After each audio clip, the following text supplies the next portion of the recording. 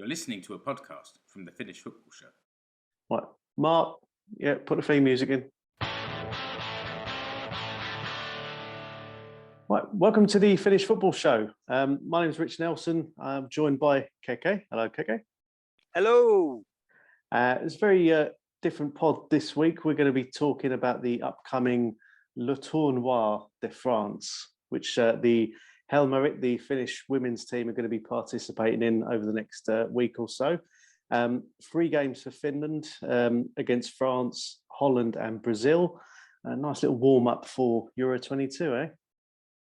Yeah, I mean, when we said we were going to talk about Le Tournoi, I thought we were talking about the 1997 caper that England played all those years ago. But no, yes, lovely warm-up. I mean, I think I'm right in saying, Rich, that this is the 3rd edition of the Tournoi de France. It's a women's international invitational tournament, and it's been held annually since its inception, and this is the 3rd one. Runs from tomorrow, as we're recording, probably today if you're listening to this, but 16th of February on to the 22nd of February.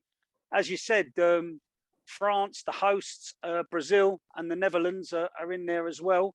And Brazil and the Netherlands were actually involved in the first edition of this tournament. So they're making a return. But first one for Finland, so it's exciting. It's good, I think. We talk about Finland having the chance to prepare. I mean, this is the first Euro appearance since 2013, I think it was, and it's difficult when you look at like friendlies and organising, and they came through, they came top of their group for the Euros, but having the chance to play competitive internationals against 3 of the big hitters in women's international football, I mean, it's about as good as you can get, really, isn't it? Yeah, I mean, and they certainly are big hitters. I mean, I've had a little look at the FIFA rankings, and the other 3 sides, as it stands, are all in the top 10. So I mean, you've got France, who are currently occupying 4th spot. The Netherlands just behind them in 5th, and Brazil are in 7th in the current FIFA rankings. With our own Helmarit currently placed sandwiched between Mexico and Portugal in 28th place. So it's going to be a test, but you want to be at these top table events, you've got to test yourself against the best, I suppose. Yeah, and with Finland's Euro group is tough in the summer. I mean, that's the one being dubbed the group of death, and it's not just because it's been played in Milton Keynes, but it's an interesting one. I mean, when you look at, because obviously the international calendar for the women is different. This is almost a full strength squad, really, isn't it? Yeah, I mean, the squad was announced just about a week ago, and Anna Signal announced the squad, and I don't think you could say there were too many surprises, no real surprises. I mean, Anna Tamanen dropped out. She makes way for Milla-Mai Majasari as one of the 3 goalkeepers. The initial squad was announced, and then a couple of days later it was added to, with Amanda Rantanen, Vilma Koivisto and Heidi Kollanen were added to the squad. And you said, Rich, just before we were chatting, there was another name who's received her first call-up. So on Tuesday, today, Katarina Costello, who was at Hoiko last year, who's just moved to Sweden, she's been called up, and this is her first call-up for the squad. So a well-timed little run. So it's a strong squad. I think that the vast majority of the core of the squad that qualified for the Euros is there. And as you know, the 2 of us anyway, based in England, we keep an eye. Well, you definitely more so keep an eye on the Finns who are doing well in the Super League over here. And when we talk about Emma Koivisto's in a tremendous run of form at the moment. Yeah, I mean, her Brighton side were struggling to find a win, but Emma's actually been playing really well. She's chipped in with a few goals, and as some of the listeners may know, I was out with my daughter at the recent Brighton Spurs game, and Emma had a really, really good game. I mean, Spurs came out on top. It was quite an emphatic victory in the end. It was actually Summanen's first start for Evelina Summanen's first start for Spurs, and she played really well as well, sort of bossing the midfield and whipping in corners and free kicks. So it was a really really cracking game to be at. But yeah, Koivisto's playing well, Summanen's playing well, and yeah, it's going to be really great. I mean, Tini Korpela also at Spurs. She's not had as much game time. She's been playing in the cups and she's played a couple of league games, but yeah, she's not been playing every single minute. But I'm sure she'll be first choice to go between the sticks, and I'm sure she'll be ready. So it's exciting. It's can't wait for it. Can't wait for the game tomorrow. Really, mate. Yeah, I mean, it's interesting as well that the profile of women's football, I mean, in general across the world, has improved, but the Finnish team have improved to the point where these games are being shown live on Yle, or at least the France game on Wednesday this week is on Yle 2 at, I think it's 10:10 in the evening. So it's a bit of a late night show. Yeah, the Dutch game, which is on the 19th, is Saturday, 7 p.m. Finland time. That's on Arena. And then the Brazil game, which is on the 22nd, is on 7:30 p.m. on Yle 2 as well. So it's again, more sort of high profile stuff. Again, getting that momentum, getting the fans to kind of see these players. This is going to be the vast majority of that squad playing in England in the summer and against really stiff competition. I mean, you'll be expecting France and the Netherlands to be looking at least semi-finals for that tournament, and Finland. Again, there's the talk of the group they're in, but if they can do well here, it will give them a massive boost. A chance of getting out of that group. It certainly will, mate. I mean, first of all, I think it's absolutely great that the Yle are showing these games live. It's a real boost, not only for the football in Finland. We know that we've got a bit of momentum with fans tuning in at the moment, but also raising the profile of the women's game. I think it's really important, and it's great that Yle are showing that.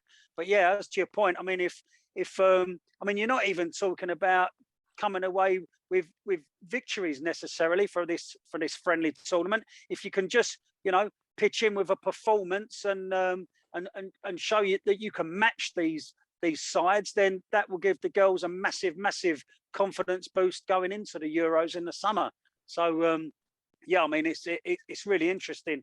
I mean, I believe is the game in are all the games for Finland in Le Havre, Rich?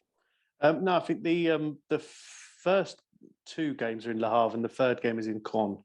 Right. There we go. But yeah, I mean, yeah, Linda Sahlstrom, she'll be familiar with the surroundings, I suppose. She had some time in France with Paris FC, and yeah, obviously it'll be fantastic to see her score a couple and add to her record goal tally. I'm sure she'll be keen to do that back in France, where she enjoyed a couple of years. But yeah, as I say, if the Helmarit can go up toe to toe with these sides and start matching them, it'll be massive for them. Yeah, I mean, so some of the Finland squads, when you look at them as individuals, they're playing some of them at big clubs in Europe. You look at Tuija Hyrynen is at Juventus and winning virtually every competition going, or certainly domestically anyway. And I think on an individual basis anyway, there'll be some good duels. I mean, you've had a look at some of the other squads. Are there any names or any particular duels that stand out for you? I mean, yeah, you look through some of the squads, some of the girls that we're going to face, and I mean, taking the France team for a start, that's who we're playing against first, and I guess France, they're the current champions of their own tournament, so and they'll obviously have the home advantage, but the players for them that stand out for me, you got PSG pair Kadi Diatu Diani and Marie Antoinette Kataoto. They're certainly ones to watch. I mean, they're two forwards. So Diani has 16 goals from 67 caps for France, and 23-year-old Kataoto has got an impressive 19 goals out of 23 caps. So yeah, it's that's got. I mean, those numbers are pretty impressive. They've also got their vastly experienced captain Wendy Reinhardt, who's she's a 31-year-old defender. She also adds goals to her game. She's got a tally of 29 goals from her 126 caps. So yeah, I mean, France are going to be a tough outfit, but yeah, we hope that first game. So hopefully the girls can go up against her. I mean, the next game, as you said, is on Saturday the 19th, and Helmarit play against the Netherlands. Again, another tough opponent. As we said, they're current European champions and 2019 World Cup runners up. So I mean, most of their players are playing in either the Dutch or the German leagues. There's a couple in the WSL here in England, and one or two who are applying their trade in Spain. So they're all at the top of their game. They've not lost in 11 games. And one for you, Rich. Arsenal forward Vivienne Demmer, she's 25. She's a tremendous player.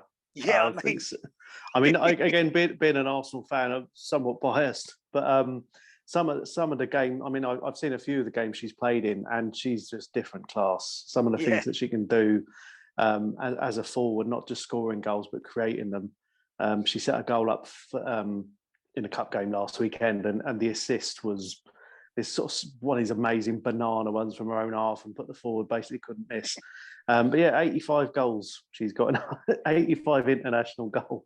Yeah, that's the calibre. In just over 100 games, I think it is. I mean, different class she is anyway. Yeah, I mean, we know it's going to be tough, but you got to, as I said before, you got to go up against these sides if you want to prove yourself. I mean, after that, it doesn't really get any easier. We've got Brazil in the final game.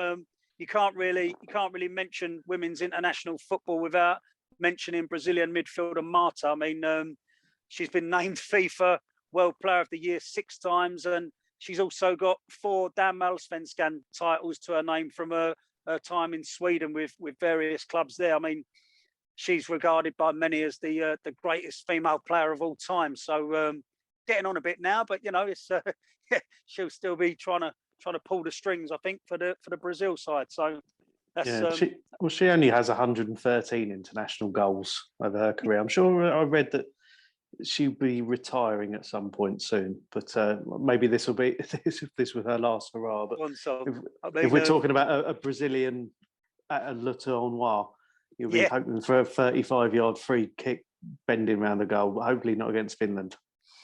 Yeah, I mean, Brazil, they're definitely the dominant side in South American women's football. They pretty much beat anyone they go up to up against on their own continent. They're, as I said, they're 7th in the FIFA rankings, and it's going to be a tough one. But yeah, there's 3 games against decent sides, and it's certainly something to look forward to. Yeah, well, I think we'll leave people with that little note. I think we hopefully whetted the appetite enough. I mean, these games are going to be readily available on Finnish TV anyway, and we'll be talking about. We'll have a little chat at the end of it. I mean, the final game's on it's Tuesday next week, isn't it? So 22nd, is it? Yeah, a week today as we're recording. So we'll have a little scrum down after that next week at some point and talk about. And again, we'll see. Have some of these sort of newer additions to the squad made a name and staked a claim on a place for the squad in the summer. It'll be. I think we'll get a better idea of where Finland are after the last couple of months, because the World Cup qualifying hasn't gone as well as we'd hoped after a promising start. But hopefully this will get that sort of confidence back on track. Yeah, I mean, there's a couple of names I'm really looking forward to who see if they get some minutes in these games for Finland. I mean, you got Eli Pikkujamsa, who looks really impressive, and Jenny Danielsson, who's been banging in a few goals in pre-season for AIK in Sweden. So hopefully those girls can get some minutes and we can see what they can do. Just before we go, Rich, I just want to give a big shout out to my mates Nema and Mira, who they're Finns who follow Brighton and Hove Albion women's team, and I've bumped into them several times at the WSL games. So just wanted to give them a shout out, there, listeners to the pod. So there you go. Nice to see you. Yeah, we'll say this is after last year when we spent 90% of our time talking about the men's Euros and the men's team. It's nice to change things up a little bit. We've been sort of talking about and following the women's team for the vast majority of our time. doing this podcast. But yeah, this year it's a big year for the team, and it's nice that again you've gone to some games, and we've all been we've had some really good interviews with like Paula, for example.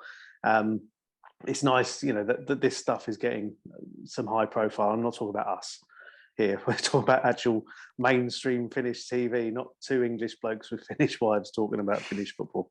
Well, Rich, it's got to start somewhere. We were the OG, and all these other mobs have jumped on the bandwagons. You know what I mean? So, but no, it's you mentioned Paula. She's having a cracking season in Spain, coming up with clean sheets in the Spanish second division. There's Sunny Francie, another one in Spain who's banging the goals in and chipping in with assists. So we've got a bit good a chance as any. So I'm looking forward to it, mate. And as you said, after the dust settles, we'll be back, hopefully, with the other two in tow, and we can have a little chinwag and a little review of how we got on.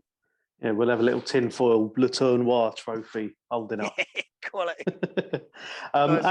Before we go, I'll just say a big thank you to Johan Lindblom for buying 10 beers for us. So wow. Not one of these non-alcoholic ones I'm currently enjoying, but that'll be really, really, really massive stuff. He did buy us a couple last year as well, and I think after Mariham's good cup start anyway, I think as he said, it's probably all downhill from there. But we'll spend that on a couple of beers while we watch the games over the next week. Yeah, lovely. Thanks very much, Johan. And if anyone else wants to chip in similarly, where are we, Rich? Buymeacoffee.com. Buy me a coffee. T-shirts are available. Should we try and get like a Helmarit one done for this year? We did have a hooky up one. You can get the mugs in that, but maybe see if we can tinker with that without disrupting the copyright gods. We'll have a word with our design team. Yes, we will. Anyway, well, let's say, Keke, where can people find you on social media? You can follow me on @Keke on Twitter, or look for @Finnish Football Show on Instagram. I'm at Escape to Suomi on Twitter. You can also follow the Marks on FC Suomi and Explore Finland, and join our Facebook groups. We'll be talking about we'll put the links in the show notes. Normally, some good chat there, mostly about fixtures and when can people go on their holidays now that the fixtures for the various leagues, the Kansallinen Liga and Veikkausliiga fixtures are all out now. So people are planning their holidays furiously based around those. So we'll probably get together next week, and we'll speak to you then. Cheers. Kiitos. Moi moi. You have been listening to the Finnish Football Show. You can find us online at finishfootballshow.com. Remember to subscribe to the show wherever you're listening or watching. You can follow the Finnish Football Show page and group on Facebook and on Instagram. See the links in the episode description below. You can also connect with the 4 hosts on Twitter, @Explore Finland, @FC Suomi, @Escape to Suomi, @Keke. Links to the Finnish Football Show merch stores are also in the episode description.